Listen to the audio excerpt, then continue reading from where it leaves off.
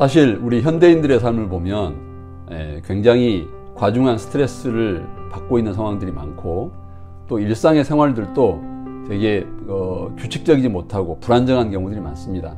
특히 젊은 우리 학생들이나 젊은 분들을 보면 늦게 자고 또 아침에 일찍 일어나서 학교를 가거나 출근하는 경우들이 많죠.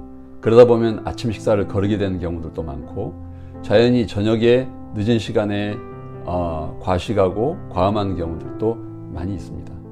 그러다 보니까 햇볕을 거의 잘 쬐지를 못하고, 또 운동도 부족하고, 그리고 그러다 보니까 또 심리적으로도 되게 불안정해지는 경우들이 많죠.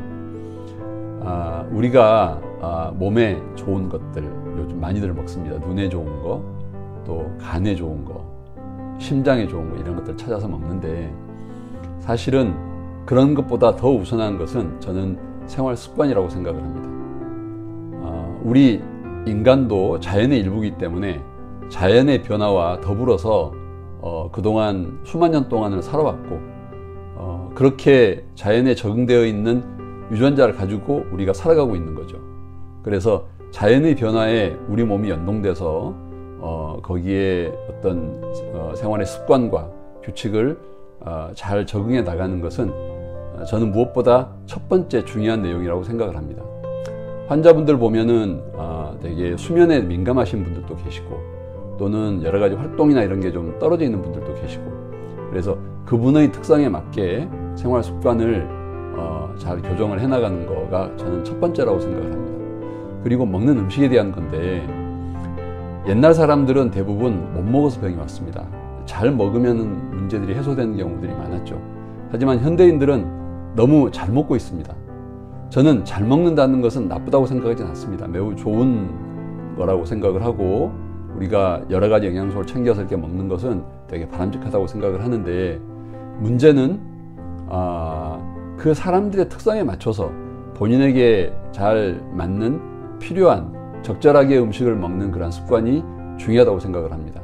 오히려 지나치게 편중되고 잘 맞지 않는 것을 지나치게 많이 먹어서 문제가 되는 경우들이 매우 많다고 생각합니다. 그래서 생활 습관을 본인에게 맞게 적절하게 잘 교정을 하고, 그 다음에 먹는 음식에 대한 부분을 본인에게 맞는 그런 정보에 따라서 잘 활용을 하고, 이런 것을 함에도 불구하고 잘 컨디션이 좋아지지 않고 불안정할 때 이제 한의사의 도움을 받아서 적절하게 몸의 밸런스를 맞춰 나가는 게 체질 개선이라고 할 수가 있죠. 체질 개선의 치료 방법이라고 할 수가 있습니다. 이제 체질 개선에 대한 부분을 이렇게 해나가는 데 있어서 우리 인체가 오랫동안 잘못된 생활 습관과 시기에 의해서 몸의 균형이 깨져 있다 그러면 이것은 갑자기 바로 잡히지 않습니다. 일정 기간 동안을 집중해서 이러한 생활 습관을 또 올바른 몸의 균형을 잡아나가는 일정한 기간이 필요하고, 이 기간 동안 집중해서 의사와 함께 같이 노력을 해서 몸의 균형을 맞춰 나가는 이러한 과정이 체질 개선 치료라고 할 수가 있습니다.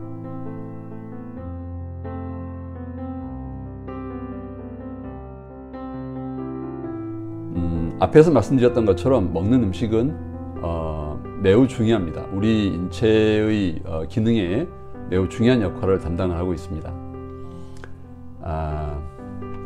이제 저의 경우를 한번 잠깐 말씀을 드릴게요.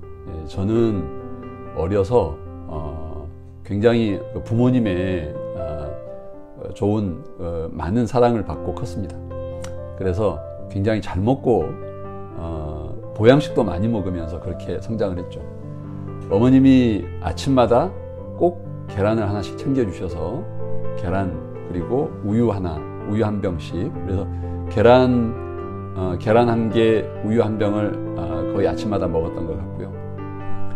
그 다음에 꿀의 인삼, 그 인삼을 가루를 내서 꿀에 개어가지고 여러 차례 복용했던 것 같아요. 그리고 지금 우리가 흑염소 광고들 많이들 보시잖아요. 흑염소도 중간중간 몇 번 먹었던 것 같고, 또 옛날에 뭐 개소주라고 하는 것도 있었습니다. 흑염소와 같은 방법으로 중통해서 먹는 그런 거였는데, 개소주도 많이 먹었던 것 같아요. 저희가 10대 때 이제 뭐 힘내서 공부 열심히 하라고 부모님들이 이제 그렇게 저를 해주셨던 것 같아요. 여름에는 항상 삼계탕 자주 먹었던 것 같고, 뭐 장어탕도 해서 많이 주셨던 것 같고, 그런 보양식들을 많이 먹었습니다. 그리고 겨울에는 어머님이 항상 소족을 구워서 놓고 고묵국이라 그러죠. 그런 것을 주기적으로 먹었던 것 같아요. 근데 저는 정작 고등학교 때 한참 공부를 잘해야 되겠다는 의욕이 많이 있었는데 원인을 알 수 없는 피로감을 많이 느꼈습니다. 책상에만 앉아 있으면 자꾸 졸게 되고, 또 그런 저의 모습을 보면서 스스로 굉장히 좌절을 많이 했던 것 같아요. 오죽하면은 고등학교 고3 때는 책을 들고 교실 제일 뒤로 가서 서서 수업을 들은 날도 있었습니다. 그런데 서서 수업을 들으면서도 졸려서 꾸벅꾸벅 조는 그런 모습을 보였던 것 같아요. 그리고 대학교에 들어가서 강의실에 가는 길에 졸고, 강의실 안에서도 졸고, 오는 길에도 졸고, 도대체 나는 왜 이렇지? 이런 생각이 들었던 것 같고, 그러다가 대학교 1학년 때 결핵을 앓았습니다.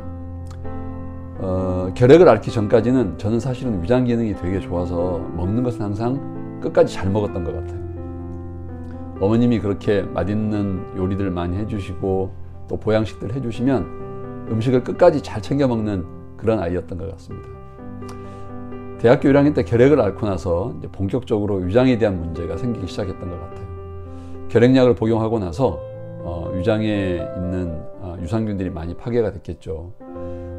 항상 음식을 먹으면 가스가 차고 속이 답답하고, 배에서 소리가 나고 배가 더부룩하고, 화장실을 가면 대변을 묽게 보지만 별로 개운하지 못하고 얼른 대변이 나오지도 않고, 그것뿐만이 아니고 뭐 이명도 생기고 손에 습진도 생기고 여러 가지 정신적으로도 되게 불안하고 그랬던 10년을 보냈던 것 같아요. 제가 한의사가 되고 나서 30이 되고 나서야 그게 제가 그렇게 잘 먹었던 음식으로부터 비롯된 문제였구나라고 하는 것을 알게 됐었습니다. 그때도 역시 보양식을 먹었는데, 보양식을 먹고 나서 갑자기 제가 심하게 토하고 설사하는 것을 증상이 나타났었거든요. 그래서 가만히 생각을 해봤죠. 이것은 왜 이런 현상이 생기는 걸까? 이게 되게 소화가 잘 되는 음식인데, 일반적으로. 그러니까 일반적이란 말에 이제 포인트가 있는 것 같습니다. 그러니까 누구나 먹어서 좋은 음식은 없다.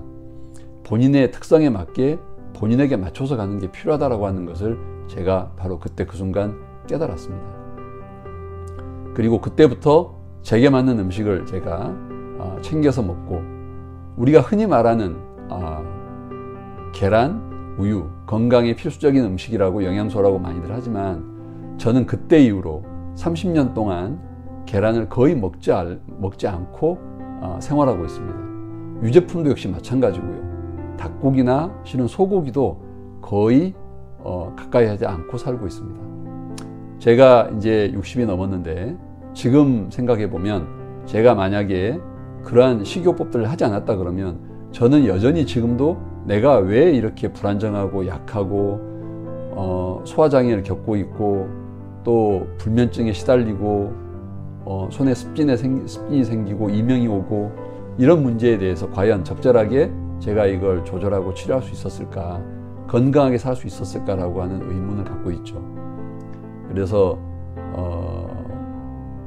이후로 제가 환자분들을 볼 때 항상 이런 사고에서 음식을 가리고 환자에게 적절한 식이요법들을 안내를 해드리는데, 이런 방법에 의해서 많은 분들이 좋아지고 건강을 회복하는 과정을 보면서 먹는 음식이 매우 중요하다. 그래서 환자분들 뵐 때마다 식이요법에 대한 얘기를 제가 많이 강조하고 있습니다.